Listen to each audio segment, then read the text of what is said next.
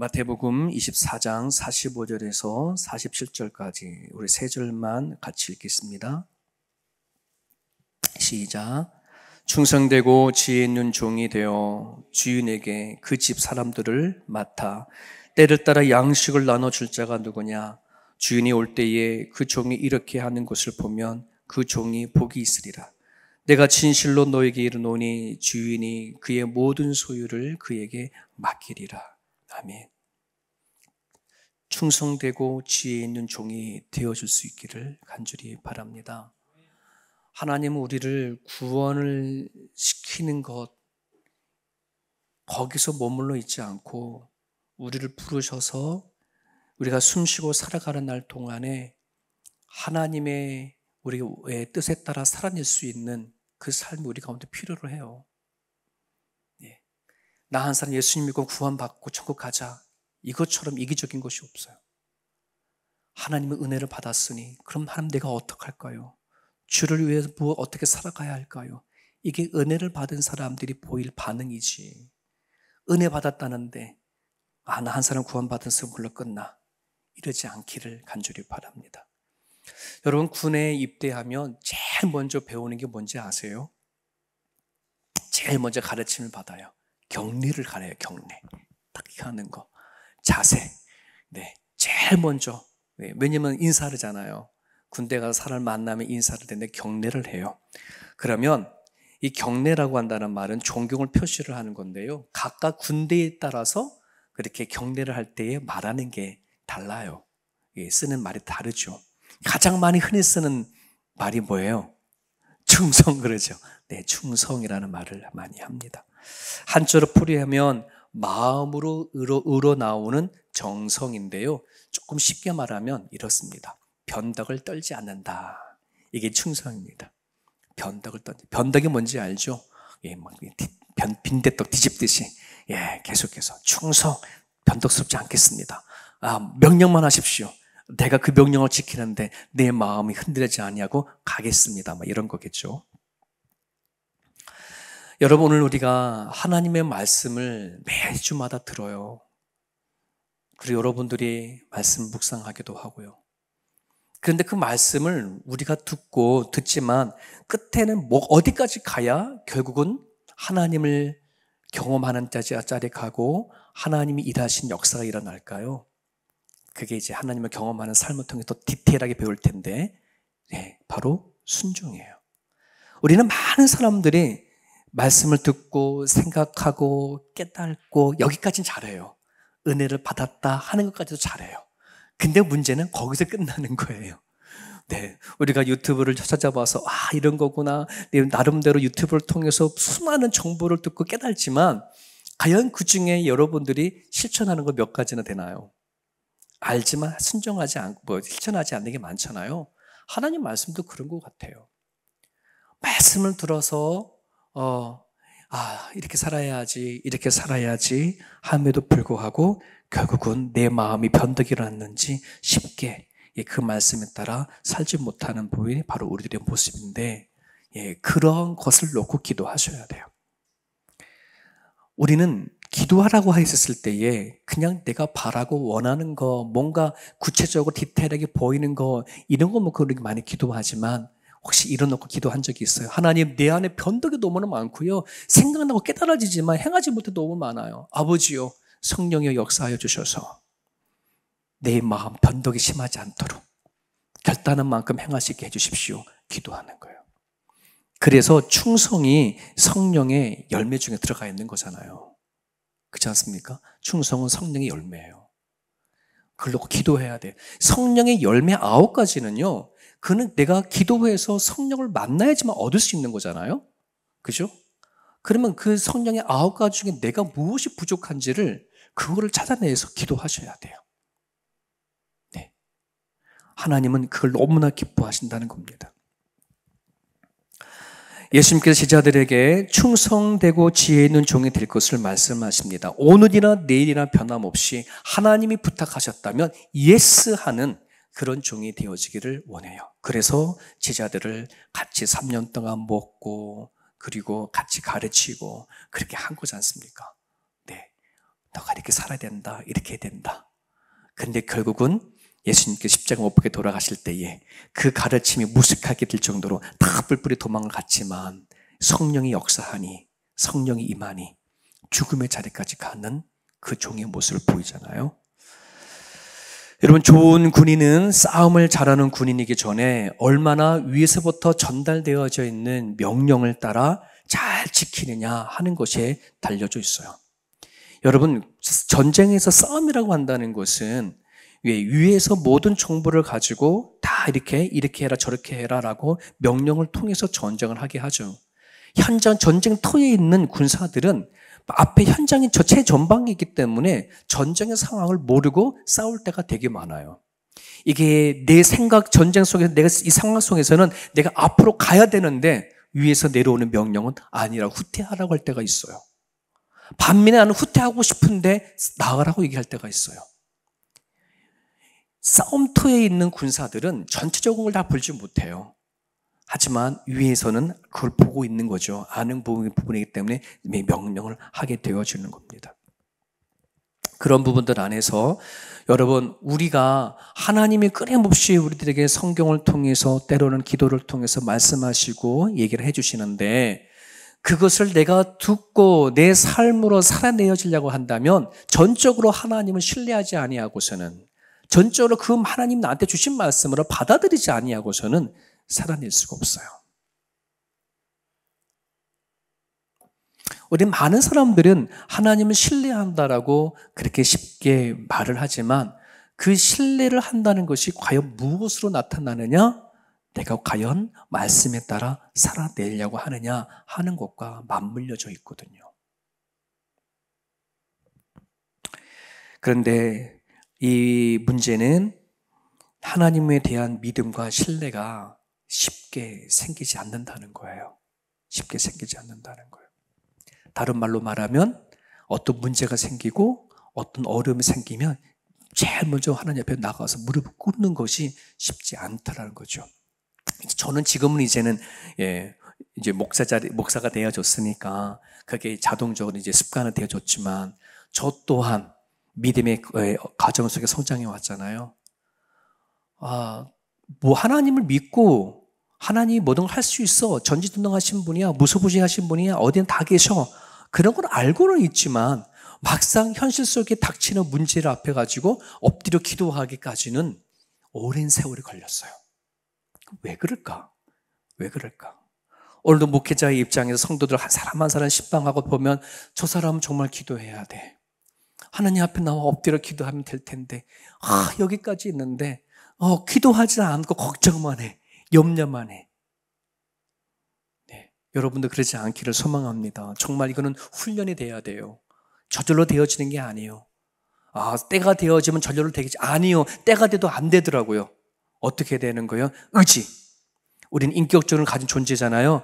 내가 가지고 있는 모든 인격을 동원해서 뭐 하는 거예요? 하나님 앞에 나아가 엎드려야 합니다. 언젠가는 생기겠지가 아니라 아니요. 지금 엎드리면 하나님은 찾아와 주시고 만나 주시고 능력을 주시고 은혜를 주신 분이 여호와 하나님이세요. 지금이에요. 언젠가는 되어진다가 아니라는 거예요. 제가 그게 25살 때 경험했어요.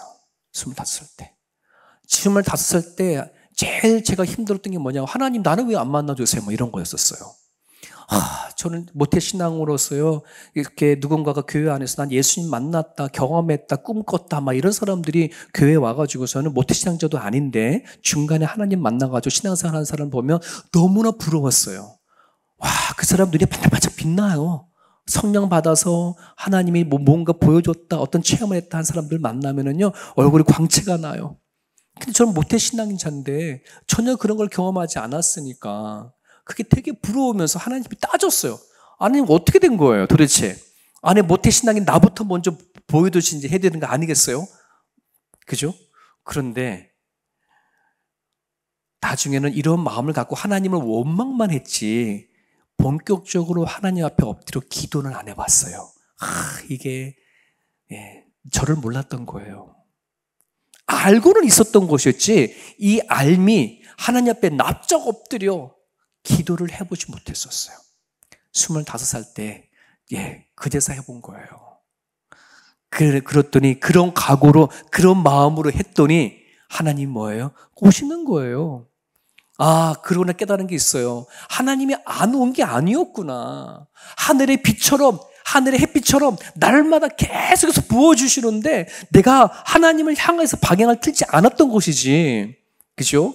예. 끊임없이 나는 등지고 있으면서 바닥을 보면서 하나님 나한테는 왜 비를 안 채워주세요? 막 이러고 있었으니. 오늘도요, 지금 하나님 앞에 매달려 기도하면 만나주시는 분이 여호와 하나님은 약속한 거잖아요. 성경을 통해서 하나님이 자신 있게 말씀하시는 거예요. 간구하고 자꾸 두드리라. 내가 반드시 너를 만나주시리라. 그러면 만날 때까지 붙잡아 들고 해야죠. 야곱이 야복강 강가에서 씨름하면서 천사와 씨름했던 그 씨름이 있으셔야 되는 거예요. 근데 이번에 오늘 이 수요 기도에 나오시는 분들은 그런 경험이 있으니까 이 자리에 오시는 거라고 좀 믿어요. 믿어요. 여러분 기도해 주세요. 우리 교회 세움계 성도들이 그냥 교회를 다닌다고 저는 마음이 안 놓여요. 주일날 교회 성도들이 막 꽉 차가지고 1부 예배 드리고 2부 예배 드리는데도요, 제 마음은 그걸로 안 채워져요. 네. 왜? 그 모습, 그걸 가지고 우리는 다 됐다 말하면 안 되는 거거든요. 정말 하나님 안에서 만나서 변화되어지는 자리까지 갈 수 있도록 여러분 기도해 주시기를 바랍니다. 여러분, 어떻게 하면 하나님의 신뢰가 이루어지냐 그러면 하나님의 은혜를 아는 것입니다. 여러분, 은혜라는 말을 여러분들은 많이 들었을 거예요. 히브리어로 헤세드라고 얘기를 하고 헬라어로 카리스라고 얘기를 하죠. 기쁨이라고 얘기를 하는데 원래 은혜의 본질은 안 넘어갔네요. 네, 베품이라는 단어예요. 베품 것. 하나님께서 나에게 무엇을 베풀었는지를 아는 것. 네. 은혜는 저절로 기쁘는 게 아니라 어떻게 해야지만 그 기쁨이 생기냐면 하나님이 나한테 베푸신 것이 무엇인지를 알 때에, 제대로 알 때에 거기 안에 기쁨이 있어요. 여러분, 복음이라는 것이 기쁜 소식이잖아요. 그 기쁜 소식이 정말 나한테 진짜 기쁜 소식이냐라고 하는 이것이 되어야 되는 거예요. 기독교의 핵심이라고 하는 진리는 복음이거든요. 그런데 이 기독교의 진리에 대한 핵심을, 복음을 내 언어로, 내 말로 왜 얘기하시는 분들이 많지가 않아요. 그냥 하나님에 대해서 얘기해라. 당신이 복음에 대해서 얘기해라. 그러면 그냥 내가 들었던 어떤 지식을 가지고 얘기를 할 수 있을지 모르겠지만, 아니, 남 얘기가 말고 내 얘기. 내 얘기. 장명희 집사님이면 장명희 집사님의 복음. 뭘 들어서 얘기하는 하나님에 대한 진리가 아니라 진짜 나한테 예수 그리스도가 복음인데 왜 복음이냐? 왜 복음이냐? 이거를 말할 수 있어야 내가 기독교의 진리를 바로 알고 있는 거예요. 오늘날 많은 가정 안의 부모님들이 자녀를 양육하는 데 있어서 되게 힘들어하는 이유가 뭐냐면 내 복음이 없기 때문에 그래요. 내 진리가 없기 때문에 자녀들에게 자신 있게 말하지 못해요. 그러니 교회를 보내서 교회를 보내서 선생님이 교회에서 얘네들에게 복음 좀 알려달라고 떠밀어주는 거예요. 근데 그거 가지고서는 안 돼요. 집안에서 아버지가, 엄마가 내가 만난 진리, 내가 만난 복음에 대해서 자신 있게 자녀들에게 말을 할 수가 있으셔야 돼요. 네. 그래야 교회에서도 뭐 하는 거예요? 같이 하나님의 말씀 중에 같이 가는 것인데, 이 아이들이 어떤지 아세요? 교회 와서는 하나님의 진리를 접하고 복음을 접하는데 집에를 가는데 내 아버지, 내 엄마도 나보다 더 오랫동안 교회를 다녔던 내 엄마, 아빠인데 엄마와 아버지 안에서 뭐가 안 나와요? 복음이 안 나와. 진리가 뭔지 들은 적이 없어. 그러니 아이들에게 영향을 못 줘요.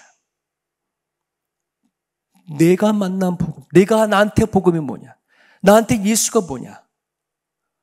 눈물을 흘리며 말해줄 수 있는 아버지, 어머니가 될 수 있기를 축복합니다. 여러분, 은혜 없는 증상이 있어요. 이거는 제가 자라오면서 성장하면서 느꼈던 부분들이에요. 상황에 따라 하나님으로부터 받은 말씀을 쏟아져 버리더라. 오랜 세월을 모태신앙으로 신앙생활을 해왔음에도 불구하고 나를 왜 이렇게 성장하고 자라지 못하느냐? 들었던 말씀을 듣고 그다음에 쏟아버려지더라. 상황에 따라, 여건에 따라. 왜? 은혜가 없으니 그 은혜가 상황을 이기지 못하는 거예요. 하나님 앞에 내가 어떤 베품을 받았고 어떤 은혜를 받았고 하나님은 나를 위해서 어떤 일을 하셨는지에 대한 내 구체적인 답이 없으니 그냥 상황과 여건에 따라서 그냥 뭐 하는 거예요? 쉽게 받은 말씀이 쏟아져 버리고 항상 채워지지만 부분 없고 이러는 거예요. 계속 수십 년을 되풀이하며 자라오는 거예요.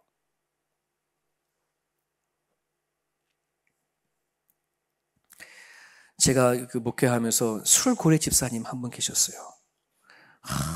이 집사님이 교회도 열심히 신앙생활도 잘하는데 열심히 신앙생활을 하는 것만큼 술도 열심히 드세요.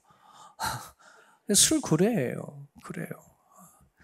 근데 이분이 소망이 있는 거예요. 네, 이걸 어떻게 좀 끊고 싶은데 이게 끊지를 못하는 거예요.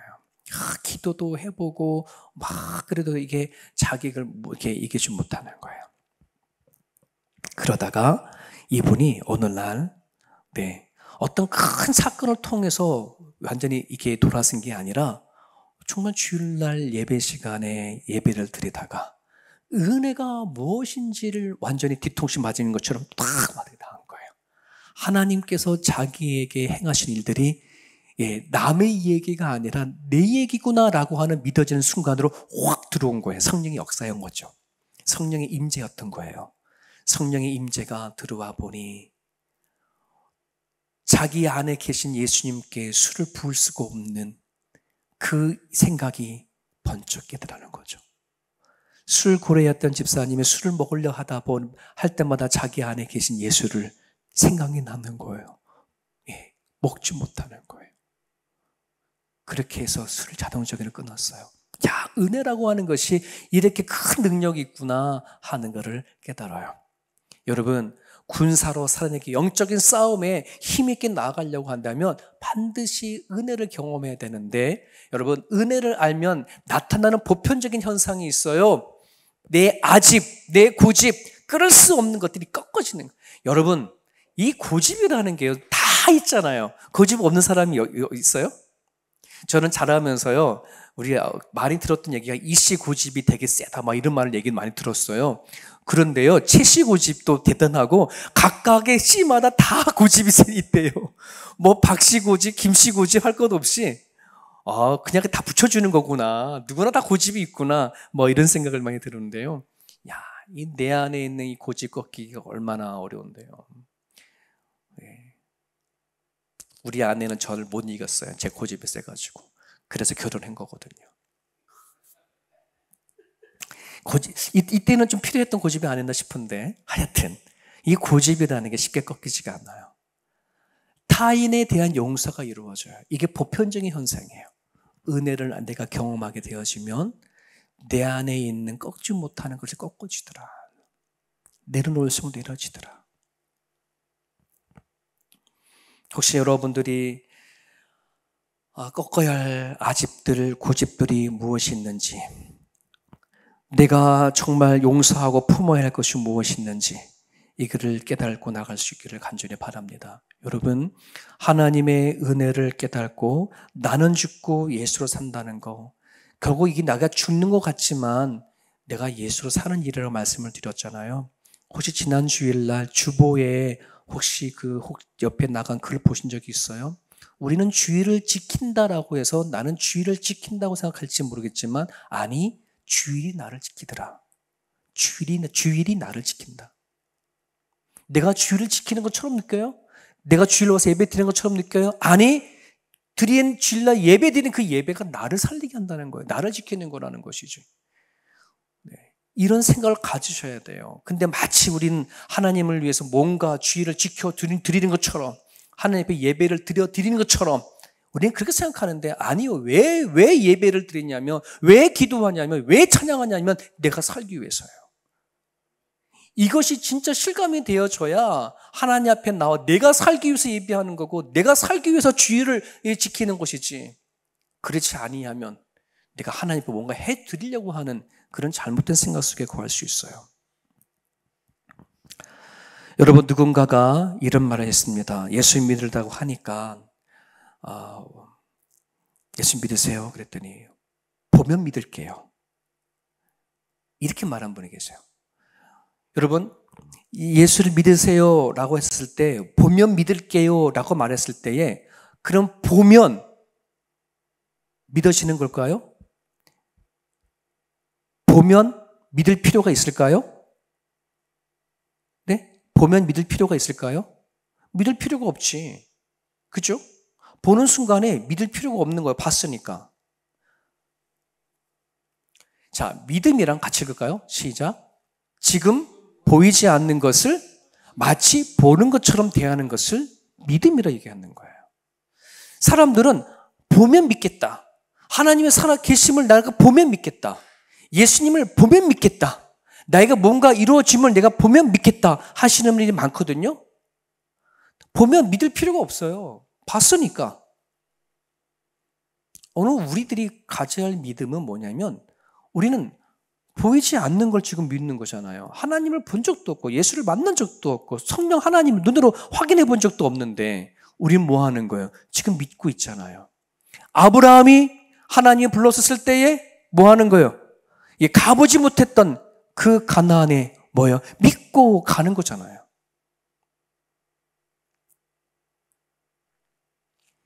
오늘 주시는 이 메시지가 뭐냐면 주인이 주인 안에 그 집사람들을 맡아 때를 따라 양식을 나눠줄 자가 누구냐? 양식이라는 것은 영의 양식이에요. 누가 하나님이 공급해 주시는 그 양식을 줄 자가 누가 있겠느냐? 그거는요. 하나님의 은혜를 깨달은 사람만이 이야기할 수가 있어요. 하나님은 믿고 가는 사람에게 하나님은 만나주시고 이야기해 주시고 응답하시고 이끄셔요. 그걸 여러분들이 은혜를 무엇인지 발견하고 깨달아지면 나한테 베푸신 것이 무엇인지 발견하게 되어지면 때에 따라 어느 누구에게 뭐 할 수 있어요? 이야기해 줄 수 있어요. 전달할 수 있어요. 주님의 은혜를 아는 자만이 때를 따라 주의 양식을 나눠줄 수 있음을 여러분 기억하시길 바라고요. 여러분이 자신이 들을 수 있기를 간절히 바랍니다. 여러분 그리스도의 부자는 무엇을 많이 가졌느냐가 부자가 아니라 하나님의 것을 얼마나 내가 맡았느냐, 하나님이 나한테 부어주신 것을 얼마나 아느냐 하는 것이 진정한 부자입니다. 여러분들에게 하나님이 나를 부르셔서 맡기신 것이 얼마나 큰 것인지, 하나님이 나를 부르셔서 지금까지 베푸신 것이 얼마나 큰 것인지를 여러분들이 깨닫고 살아갈 수 있게 바라고요. 그런 부자가 되어줄 수 있도록 여러분 기도하여 주십시오. 하나님, 내가 매일같이 평범한 삶을 살아가지만 내가 눈으로 보고 귀로 듣고 경험하는 모든 삶 가운데 하나님이 나를 부르시고 일하시는 것을 보게 하여 주옵소서.